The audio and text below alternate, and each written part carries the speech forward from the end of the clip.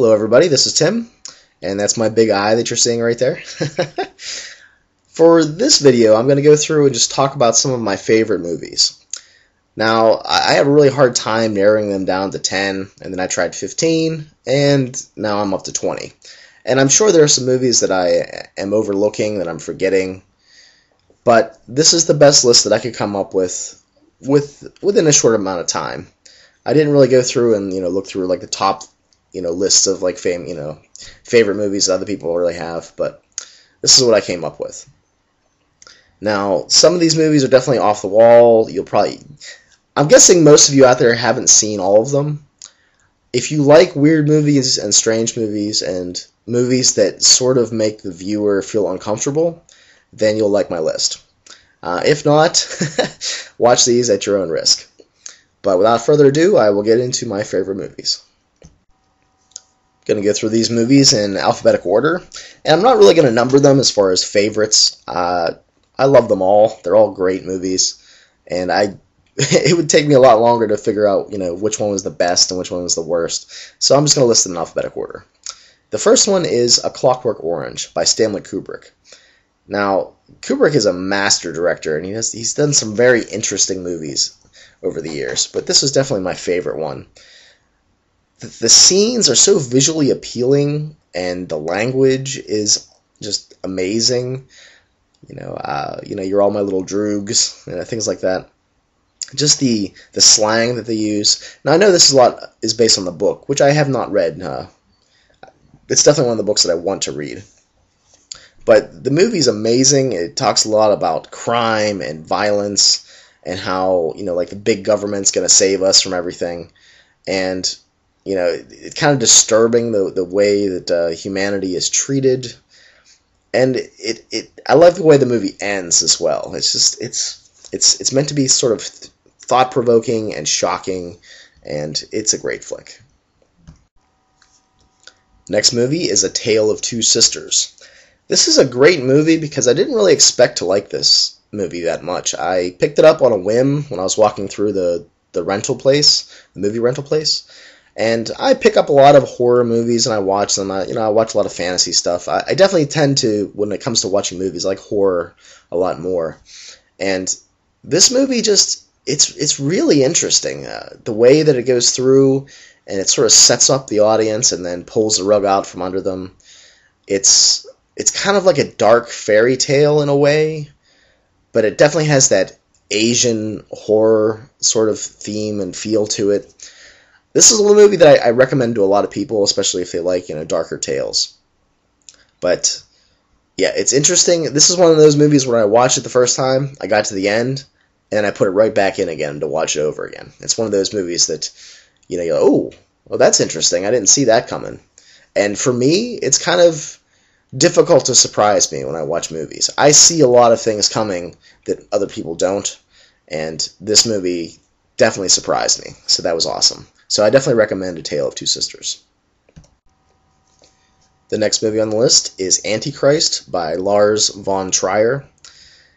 This movie is definitely probably one of the most disturbing movies I've ever seen. It has some really impressive visuals that sort of get into your subconscious. They sort of just mess with you on different things, for different wavelengths. There are some images in this movie that I think are meant to be shocking for shocking's sake, but some of them you'll never be able to forget. They will not get out of your head, and that's kind of impressive. It's not for everyone. It definitely has a different way of looking at the world, and it has some very negative reviews of it. For me, though, this movie really sort of like hit me. It's like, wow, this is unlike any movie I've ever seen before. And again, that's something that's kind of interesting. I like unique movies. I like experimental movies. And this movie just sort of just takes you on this strange journey that you don't even know you really want to be on in the first place. And yeah, as this movie continues to go on, it gets worse and worse. And in some ways, you're relieved when it's over. But again, it's unique, it's impressive, and it definitely left left some scars, I guess is a good way to put it. And I like movies that definitely make you remember them. The next movie is Blue Velvet. This is one of the first movies that I ever saw by David Lynch. And if you're the kind of person that likes strange movies, movies that sort of mess with the audience, David Lynch films are great for this. In fact, I really thought about putting all of David Lynch's films in this list, but again, it's one of those things you kind of have to pick your favorites and pick the ones that rise to the top. I didn't put Mulholland Drive in this, but it definitely is a great flick too. But Blue Velvet is interesting. It's one of those movies that I quote to some of my friends. The line about Pabst Blue Ribbon beer is very comical to me. The movie's interesting on several levels, and it's kind of provocative. Basically, after finding a severed human ear in a field, a young man soon discovers a sinister underworld lying just beneath sort of like the surface of an idyllic suburban town. So you take like your everyday life and just there's lots of strange and evil things going on beneath the surface.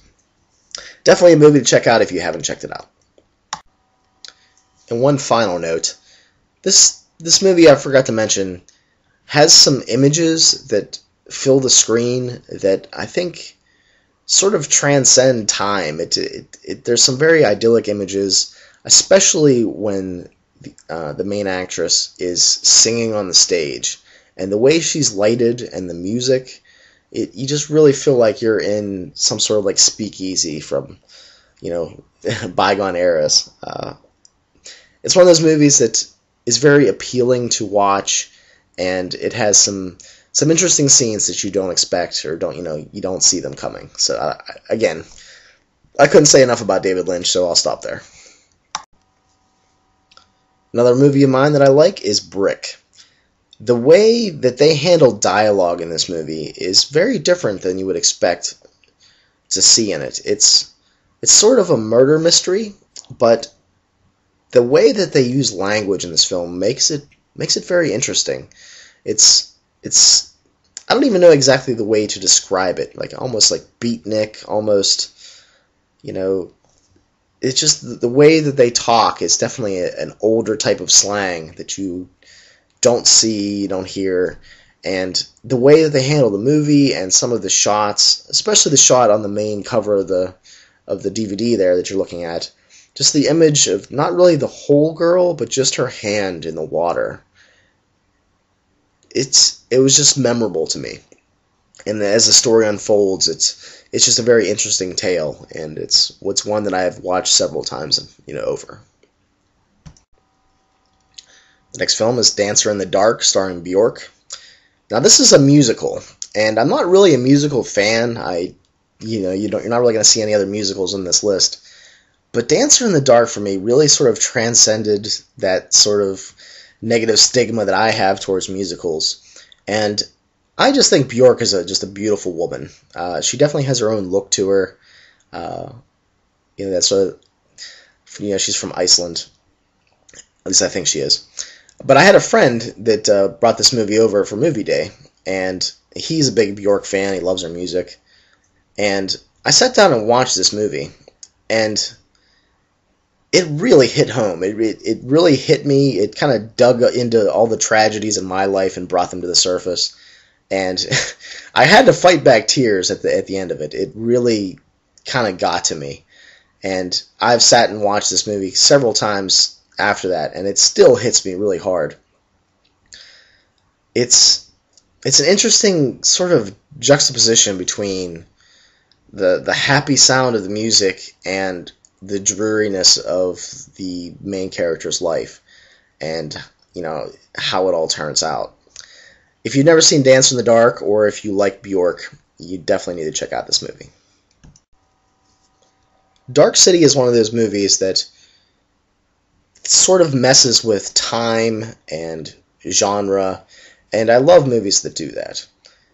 It has sort of this old-timey feel to it, and there's definitely reasons for that. You learn further on into the movie, and it just sort of takes these different genres of movies and just mashes them together, and you just stumble upon them with the main character as he sort of recalls his memories, and even memory itself is put into question. It's an interesting flick with an interesting twist, and it's worth your time. Dark Corners is another one of those movies that I picked up on a whim, mainly because I think Thora Birch, she's the main actress, is just a beautiful woman. But I really enjoyed the movie. It definitely has some disturbing images. It's a little bit of a thriller, and it leaves you guessing as far as what is actually going on. It talks a little bit about dreams and nightmares and, all these creatures that are sort of lurking in the shadows. And it's definitely an interesting movie. It probably isn't one of the better ones on the list, but it's one of those movies when I was thinking about the movies to include popped up into my head. So, if you got some extra time in your hands, or if you like Thora Birch, check out the flick. Donnie Darko is the next movie. Now, I've heard some people that don't really get this movie. And I think what I think is great about this flick is that it incorporates all sorts of different ideas, like philosophy, time travel. It's an 80s flick. It has some horror elements, thriller elements, mystery. It takes all these different styles of movie and it just blends them all seamlessly together. I've watched this movie several times. It's one of the ones that's, if I'm bored on an afternoon, I'm thinking, what kind of movie do I want to watch? I'll pop in Donnie Darko. The 80s soundtrack sort of adds to it. If you're like childhood of the 80s, I think it has just a little bit of that nostalgia factor in there.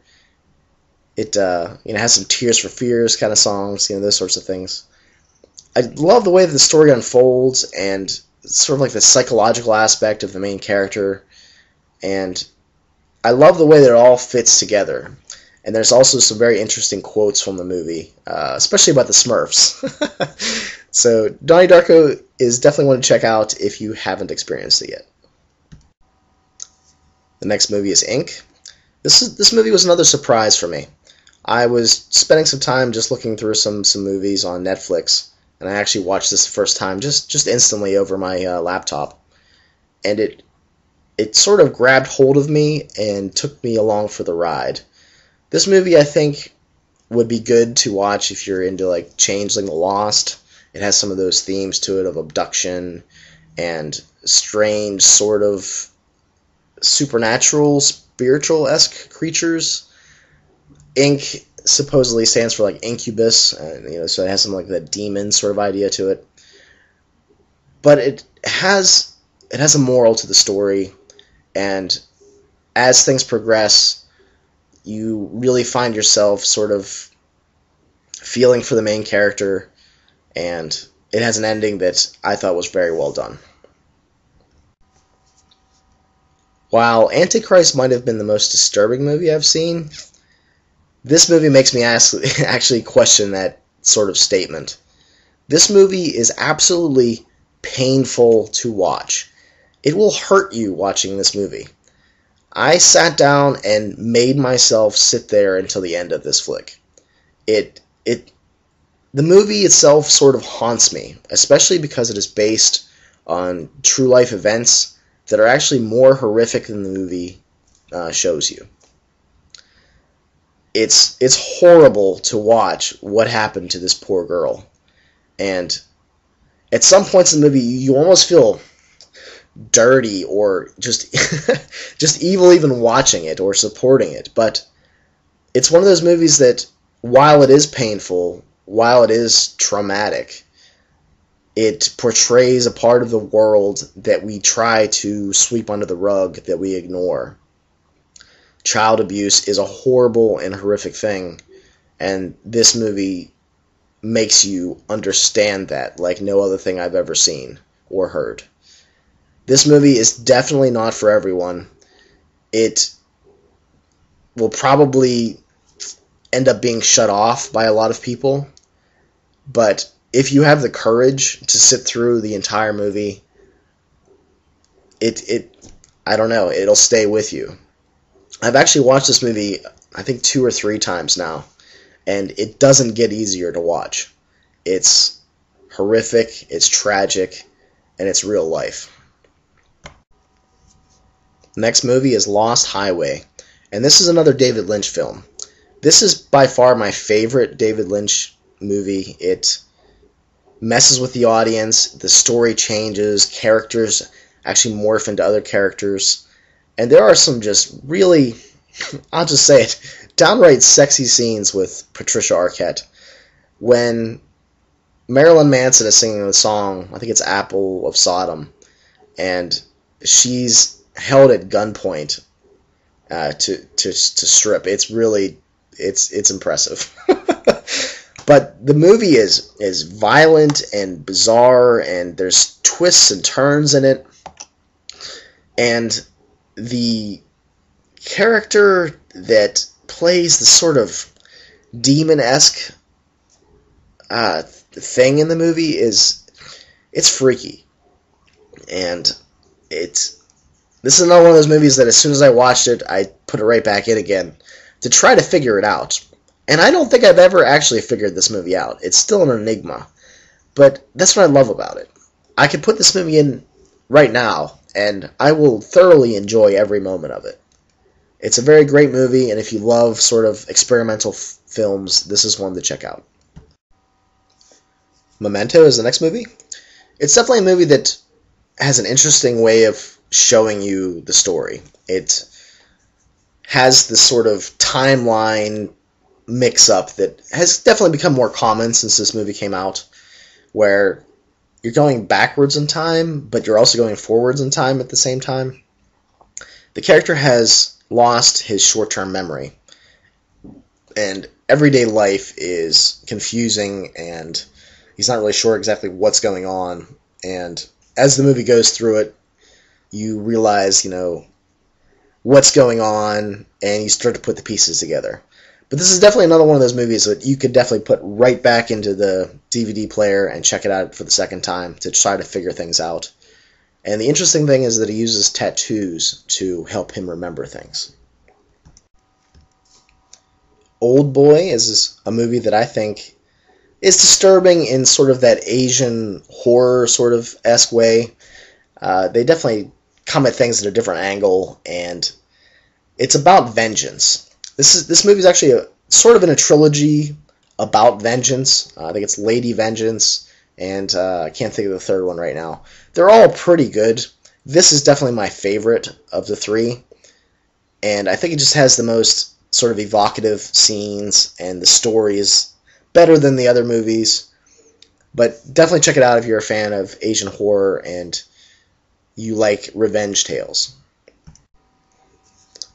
Pi is a movie by Darren Aronofsky, and I've become a fan of his work as well. There's another movie that's further down the list that I'll talk about soon. But Pi was the first one that I saw, and it takes such a interesting idea and a way of looking at the world, and it's filmed in black and white, and the main character just is freaky. Like he just goes through this process. He's a mathematician, he's a computer programmer, and he doesn't really believe in God, but he finds this number, or he's looking for this series of numbers and trying to decode life. And it's an interesting movie, and I think it kind of talks a little bit about theology, religion, mathematics, and it sort of all brings it to a head, and it's just an interesting film that I really like a lot, and I've watched several times. I love Requiem for a Dream because it makes you feel like crap. The antagonist, the protagonist of this movie is actually addiction. So there is no happy ending in this movie. You just watch these main characters, and they're all wonderfully portrayed. They all do well at their parts. But you just watch them just totally be defeated by their addictions. And after the movie's done, there's a lasting emotional resonance that just holds on to you, or it's like clutching onto you. And I just like that a movie can affect me to such a degree that I feel that bad after watching it. So if you like movies with happy endings, I wouldn't recommend watching this movie. But if you're a moviegoer that just loves movies that just sort of mess with you, this is a good movie to watch. If I had to name probably my favorite movie, it would probably be The Exorcist. Again, I have lots of movies, and I'm not really going to say that, but I don't know. If someone like held a gun to my head, it'd probably be this movie. This movie still freaks me out to no end. It's an amazing film. The way they shot it, especially if you watch the director's cut, it just gets under your skin, and it probes that fear of not being in control, of having, you know, another entity taking over your body and your soul and your mind and all of that. Some of the scenes are just amazing in this movie. You know, whether you're Catholic or not, you just sit and you just watch this, and it's interesting because it tries to. I expect that it makes the audience feel like, you know, they're modern day, and, you know, everything makes sense. There's no real supernatural stuff out there, and this movie just sort of turns that worldview on its head. And I know some people think this movie's kind of cheesy, or the effects, you know, show their age, but every time I watch this movie, it freaks me out. And you know, it could be said that I've seen a lot of weird things in my life, and this movie just sort of encapsulates a lot of that, and it's a wonderful movie. The next movie is The Fountain. This movie is another Darren Aronofsky movie that I really didn't expect to like as much as I did. It has one of the main characters with this sort of chronic ailment or disease that is going to take their life, and it has sort of that sort of despair, I think is a good way to put part of this movie. And it's sort of leaning against the other character, the main character, who has nothing but like obsessive hope, where he is going to find a cure, he is going to do this. And it's also blended with these other scenes that sort of take on this mythological feel to them. And it's really hard to describe this movie, because there's some ancient story, there's some future story, there's the present timeline, and it blends them all, and it's beautiful. It's absolutely gorgeous to watch, and some of the scenes, especially with the ancient tree, just are really powerful in my opinion. Next movie is The Machinist. This movie is one of those movies that has sort of gotten some flack because the main actor, Christian Bale, lost a horrendous amount of weight for this film. He's very disturbing to see because he is so skinny. But as you watch the movie, it makes sense. You understand why the main character is doing the things that he's doing. And there's lots of interesting scenes where you're not really sure what's going on. You're trying to put it all together, and it's a fun movie to watch because you feel like you have to try to figure out the mystery as it sort of unfolds.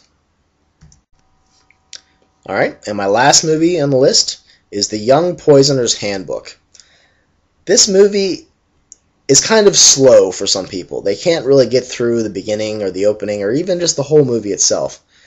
But the main actor, I think he was just so well cast for this role, where it's this sort of outcast, intellectual character that wants to sort of control parts of his life or parts of the world. And I don't even know. It's just it's a twisted film that you have to give it some time. You have to let it play. It's only an hour and a half long, and I've heard friends of mine say that, you know, it felt a lot longer. I have a very high tolerance for slow films, and I'm glad I do, because this movie is one of my favorite films. It just looks at the world through a different set of eyes, and I find that very interesting. Well, hopefully you all enjoyed this list of movies of mine. I definitely like quirky and strange films, and if you have any recommendations for me, seeing what movies I think are the best, I would definitely appreciate that, because it'll give me something to watch and view in the future. Alright everybody, have a good one.